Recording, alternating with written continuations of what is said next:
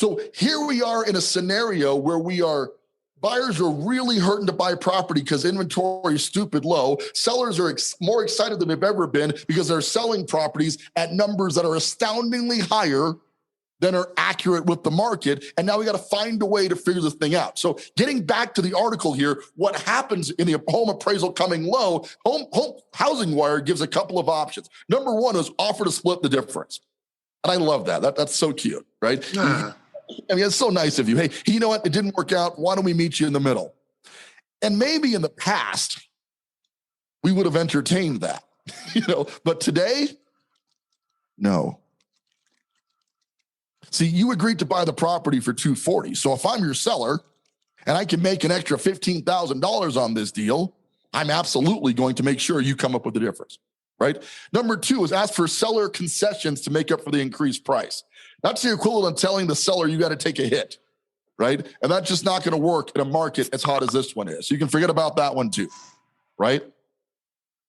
The final one is they talk about closing backing out of the deal or changing the closing date. None of that stuff's working right now. So what's being pushed instead is you have to do what's called an appraisal gap. In this scenario where the house came in at a $225,000 appraisal and the contract price is $240,000, the appraisal gap in this story is $15,000.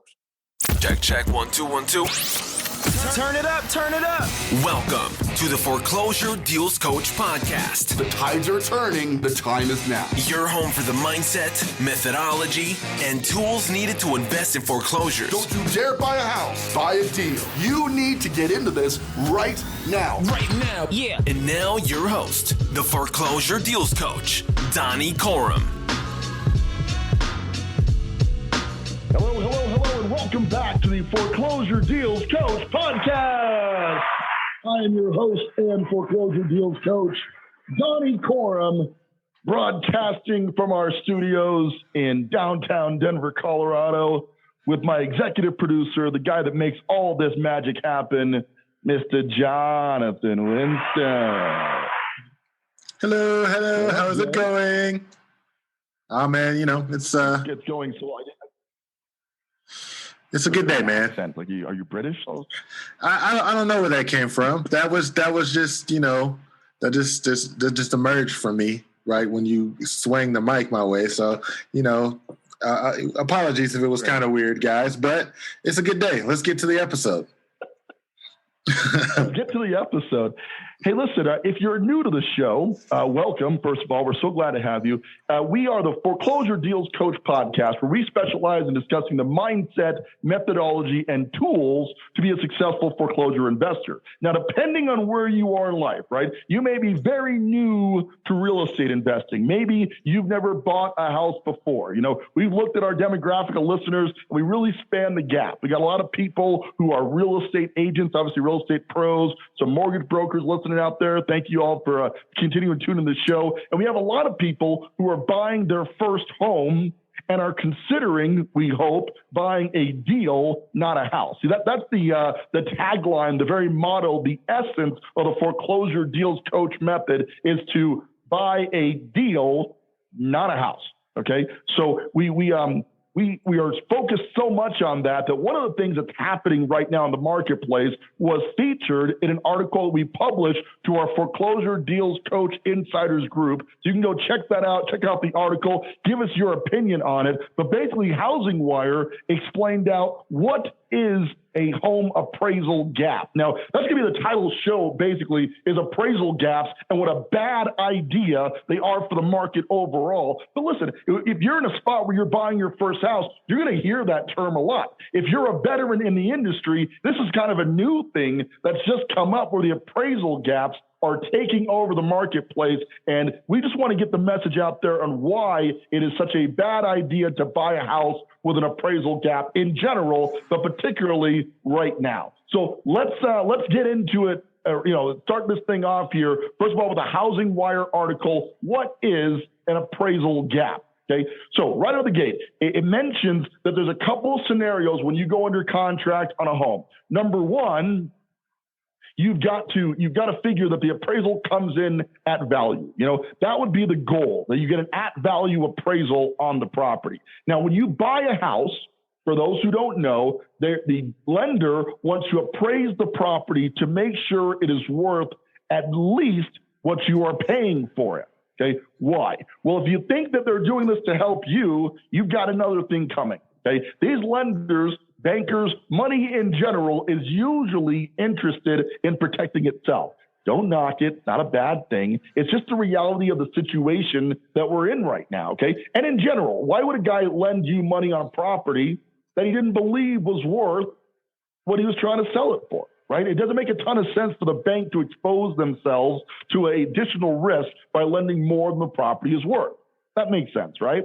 So the appraisal comes in, it values the property at what they believe the property is going to be worth on the open market, and they want to know that should you foreclose on the property and they end up having to sell the property on the open market. With me so far? So home appraisal comes into your full offer price. Your lender approves your loan amount, no fuss, no muss. That's generally how things are going to work. That's the idea, okay? That's plan A. Now, plan B, and what has been happening a lot lately, is scenario 2 is home appraisals coming in drastically low. Now, why is that? Well, at this point, people are overbidding properties. All right. An example we've got is a property right here in the Colorado Springs marketplace that we bought. We were planning on selling it for like $215, $220, but in this market, you can barely buy a parking lot for $215, $220. So it got bid way, way up to the purchase price of $240 because the buyers are super motivated to purchase properties, especially the lower price brackets, when the average price point of a home in this market is about $350 to $375 right now. Okay. So a bunch of bids come in, bunch of offers come in, pushes it up. When the appraisal came in, not too surprisingly here, okay, because when we listed it at $215 to where we plan on getting it, we knew there'd be a bit of a bidding war, but $220, maybe $225 was the expectation. Now, you should know, just a little reference point here, in addition to being a real estate agent for the past 17 years, I'm also a mortgage broker, a licensed mortgage broker. I'm also a registered appraiser, meaning I took my appraisal license and I started down the hours required to become a full certified residential appraiser. Did not complete my hours, just full disclosure. But my point is I've got a basic understanding of how the appraisal market's supposed to work, okay? So we know when we're pricing our properties what they should sell for based on the appraised value. So this thing, the offer, the accepted bid comes in drastically ahead of what we were expecting. We're now at 240. We were expecting maybe 215 or 220, but we know the market's crazy right now. Logically, when the appraisal come in, it was exactly as expected. It came in about 225 to 230, which is what I feel the property is actually worth in this market. Okay. Well, now what? You got a buyer who's agreed to pay 240 for the house, a seller, me in this case, excited to get 240 for this house, and an appraiser that's saying accurately, mind you, that the house is worth closer to 225 to 230. What next? Well, let me tell you what happened in the past as opposed to what's happening right now. See, in the past, that was a dead deal. Either the seller was going to have to amend their purchase price to come down to what the appraised value of the property was, or is in this case, or we would just kill the deal and found the next buyer. That's the nature of the beast, but not in this market. You see, what has happened is there's an overwhelming amount of real estate agents in the marketplace today. Now, listen, I'm also a real estate agent, so we're not going to sit here and knock real estate agents, but there are arguably too many real estate agents, at least speaking for the Colorado Springs and Denver market, where you've got a population total in Colorado Springs of about 600,000 people, and you've got just over 5,000 licensed agents, which means you can throw a rock right now and hit a real estate agent. Ow! Right? Because they're everywhere. They're walking the streets. They're among us now.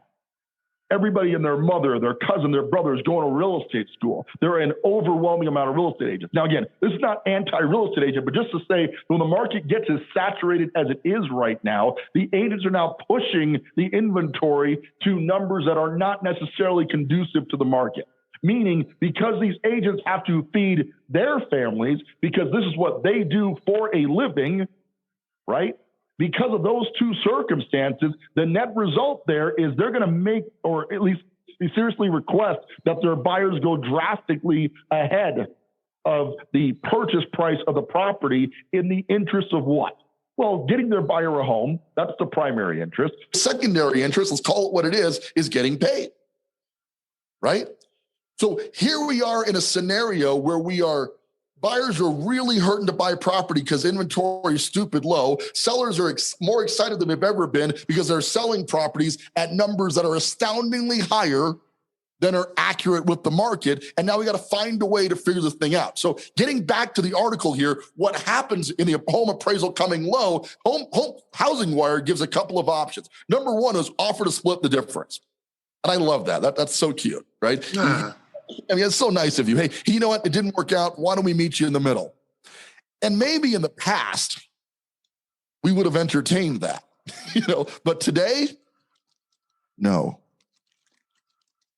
See, you agreed to buy the property for $240. So if I'm your seller and I can make an extra $15,000 on this deal, I'm absolutely going to make sure you come up with the difference, right? Number two is ask for seller concessions to make up for the increased price. That's the equivalent of telling the seller you got to take a hit, right? And that's just not going to work in a market as hot as this one is. So you can forget about that one too, right?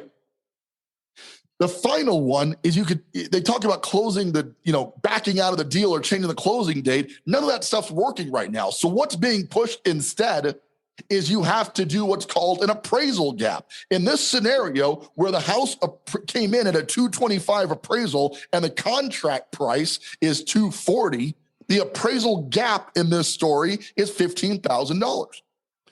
Okay. And like I said, when I started, in the past, we would have just let this go. You got to go buy a different house, Mr. Buyer. Sorry, it's not working out. Seller, you got to find a different buyer for the property. We got to start over.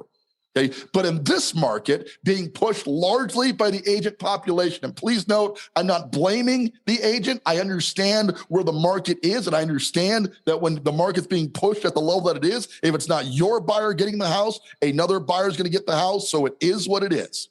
Okay. But we got to ask ourselves, just because it's what the market is doing, is it the right thing to be doing if we are still keeping what we refer to as the fiduciary responsibility with our clients?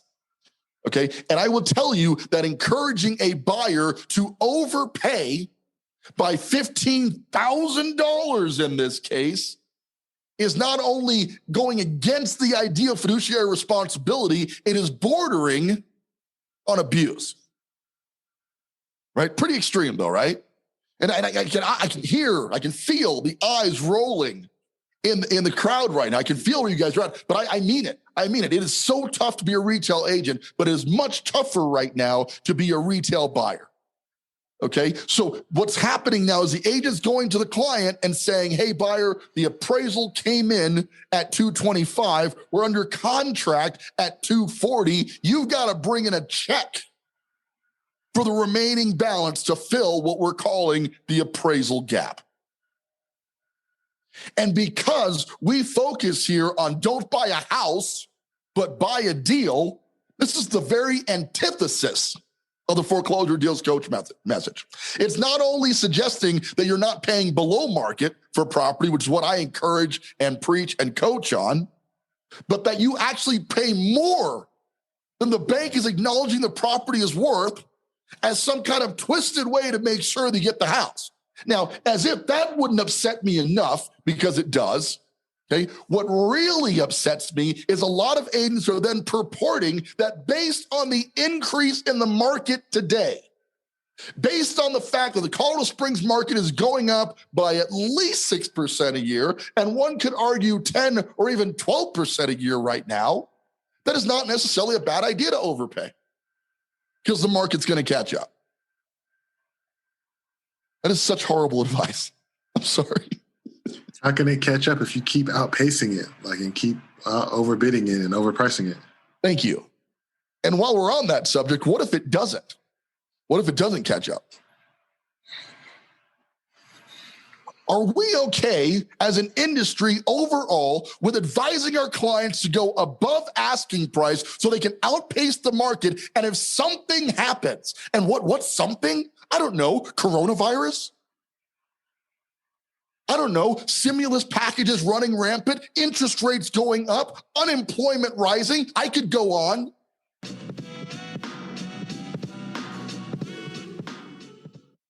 Hi, this is Donnie Corum, your foreclosure deals coach. It's important to have good credit when you're buying a foreclosure. A lot of people think you can come in with bad credit, but the fact of the matter is you need pretty stable credit scores to buy a foreclosure deal. So how do you find out how to increase your credit? Well, there's tons of credit repair agencies out there and multiple formulas. But one thing we found that works is reporting your monthly rental payments to the credit bureau. We partnered with rentreporters.com, the leading provider of adding your payment history direct from your landlord onto your credit bureau scores, and it helping people to boost their scores up to 40 points in as little as 30 days. So to get started, I want you to head on out to www.foreclosuredealscoach.com. Now that's a messenger bot, and you're going to use the keyword rent to get more information about Rent Reporters and how you can boost your credit score by getting your rental reported to the credit bureaus. Once again, Donnie Corum, your foreclosure deals coach. Check it out. If something happens, which is not an if, but rather a when something happens and housing prices cease to continue to go up at the pace that they're going up, are we going to be okay facing those exact same clients and saying, I'm sorry, Mr. Buyer, it turned out my crystal ball was broken and prices did not continue to go up to the stratosphere? Can we live with that? And the answer is obviously yes. Okay, I can tell you that we've completely forgotten about the 2008, 2010 crisis. Let's face it, it was 10 years ago. We've forgotten what that looked like. We've forgotten about the subprime era. And I'm not talking about agents right now. I'm talking about the real estate industry overall. Okay, whether you're an investor, whether you're an agent, whether you're a home buyer, what we're talking about right now is going to impact you in a major way in the relatively near future.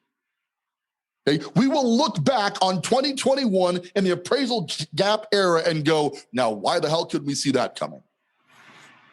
I promise you that's going to happen. Okay, but while we're waiting for me to be right about that, we have to be able to face ourselves, to look in the mirror as an industry and go, are we doing right by our clients today by suggesting severely overpaying for property in order to keep up with the market pace that we predict is going to continue at this rate? How long do we think it's going to continue at this rate? Do we think we got another year of this? Another 2 years? Will we as an industry stop when we think the show is over? Or will the money just be too enticing? Are we not repeating the sins of 2008 and 2009 by overpricing properties? Now, here's the thing. Right now, you got to look at this. That's Donnie, the foreclosure deals coach, talking. Let's go visit with Donnie, the investor, for a bit. Hey, Donnie, the investor, how you doing? I'm good, man. How do you like this appraisal gap thing? Gravy, baby, gravy. Because at this point, if I can make 15 grand more in a property, you think I'm going to say no? A little hypocritical, right? Of course it is, because I represent on the investor side every seller that's out there who is sure as hell not going to argue with you paying more than the appraised price for his property. Who's going to turn that away, right? So I hear you right now. Well, if you're so much, you're so much better than this, Donnie, why don't you stop doing it? Because we can't.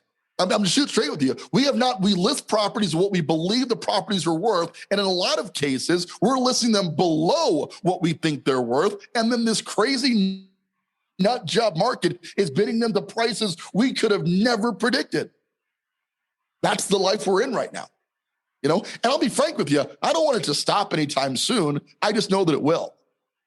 I also am only willing to participate it on the side of selling properties. So what do we do about this? You're looking for the solution. There is no solution. The natural thing is you have to, at some point, let the market cool down, people not overbid for properties, and let things settle off, inventory catch up, yada, yada. How long until that happens? I have no idea.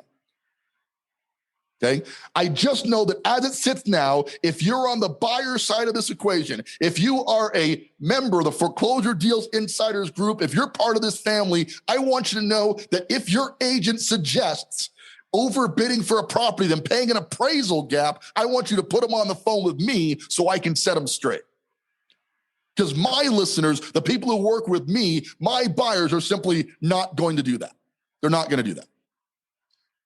Okay, and as a result, shooting straight, we're doing a lot less buyers than we are normally doing on our team because it's very difficult to recommend buying a property that's going to get overbid. It's very tough. Maybe the solution, as crazy as it sounds, is to not buy a house right now. What? I know. Because we talk about don't buy a house, buy a deal. But if there are no deals, then don't buy anything. Wait it out. The deals will come back. That's just a matter of time. Okay. But if you're in such a rush to buy a property that you're willing to severely overpay, you're not only part of the problem, you're causing a problem for yourself as well as the market overall. And I get it, y'all. You got to find a place to live. I totally get it. You moved to a new city, you started a new job, you got to find a place to live. Maybe the answer is to sit out on this market for just a little bit. And it's tough to advise that, okay? Because prices are going up so high that maybe you're gonna get priced out of the market for now. And the other concern, which is super valid, is that interest rates have simply never been lower. You know, the Biden administration is pumping so much money into the economy right now. Another $10 billion just issued for mortgage bailout for people who are behind on their mortgage payments. And listen, I think it's a blessing. I really do. I think the private landlord who's going to suffer more than any single class as a result of the coronavirus by waiving eviction processes, making it so people didn't have to pay rent, et cetera, they're going to suffer more than anybody. The government should step in and help those people. In this case, I'm not a big fan of government intervention, but this is one of those times where I agree. The private landlord should not have to suffer at the hands of people who were told it was okay not to pay rent for several months. You know, so I support that. On the flip side of that, the bailout money is just going to pump more money into this mortgage market that's already oversold. You're going to see more price raises for the next year or two. Interest rates continue to stay down as mortgage brokers are pumping money into the market, giving the buying power of people who should not be able to buy near the number that they're buying at, but they have to just to keep up with where things are right now. You know, it's the perfect storm in all sorts of ways. It's the perfect storm. But here's the thing about the storm. When it clears and we really see the damage that it caused, it may be too late to salvage this market.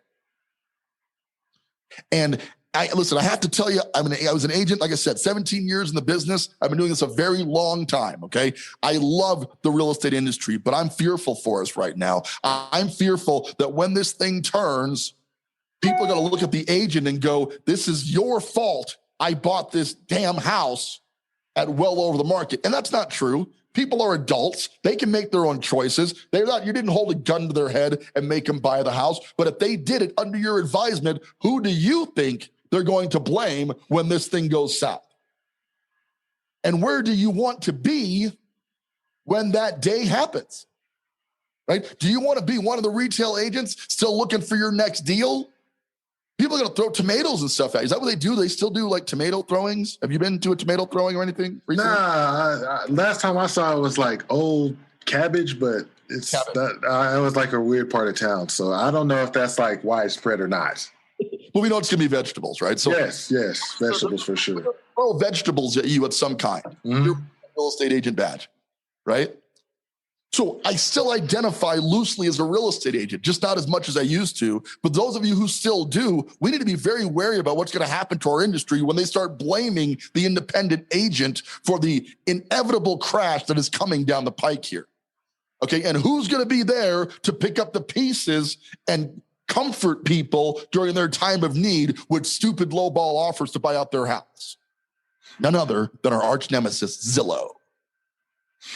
See, they are waiting. They are just patiently waiting for the agent to be blamed for the crisis that's upon us right at this moment. Listen, it's not a question if we're heading into a real estate recession. It's that we are in a real estate recession right now. These are the signs of the beginning of the recession.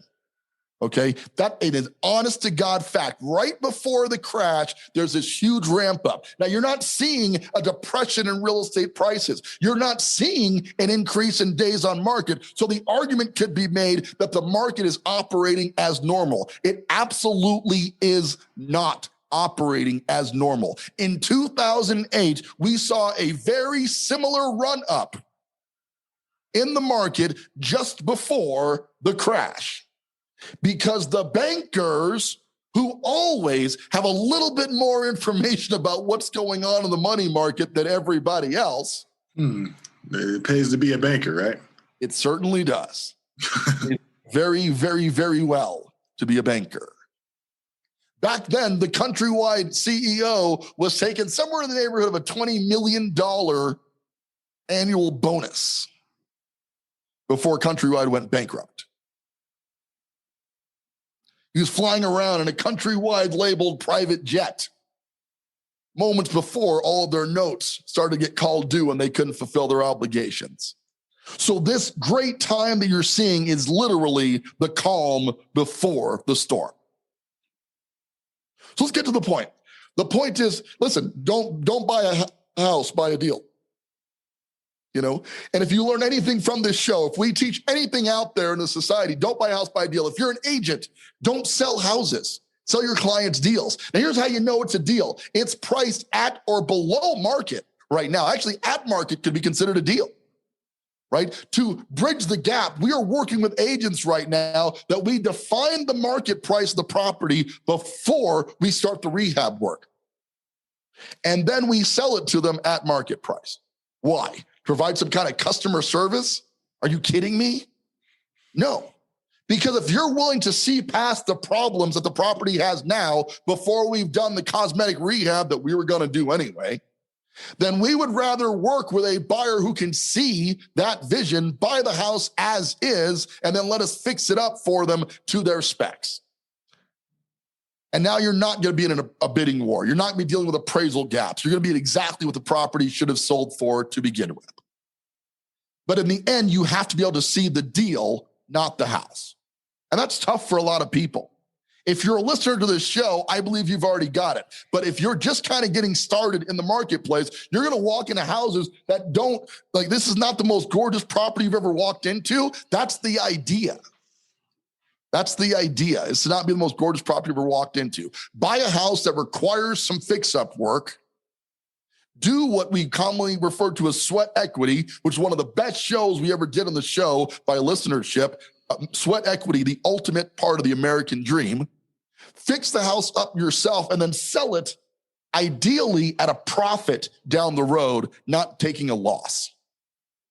Warren Buffett, the famous investor, said, rule number one in investing is don't lose money. Rule number two, refer to rule number one.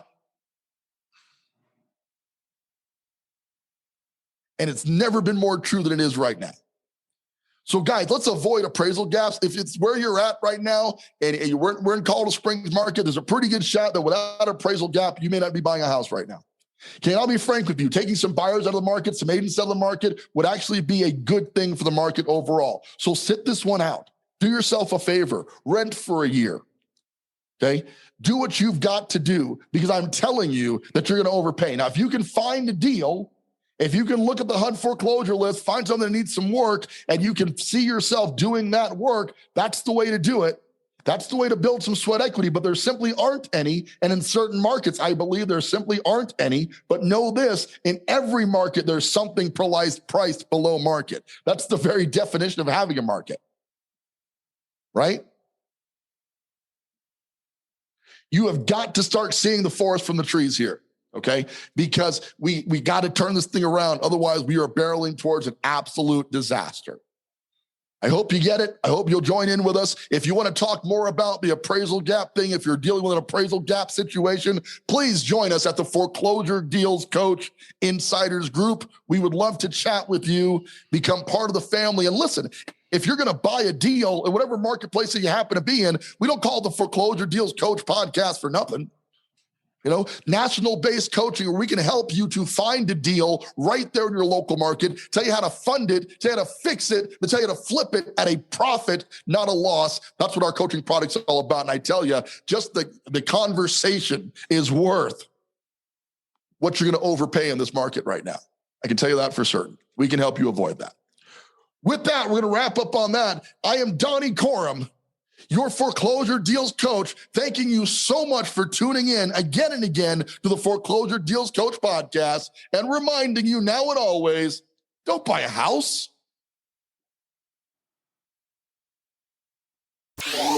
Want more of the Foreclosure Deals Coach? Hit subscribe and stay tuned for more of the mindset, methodology, and tools you'll need to invest in foreclosures. Visit foreclosuredealscoach.com and text DEAL to get a list of foreclosures in your area.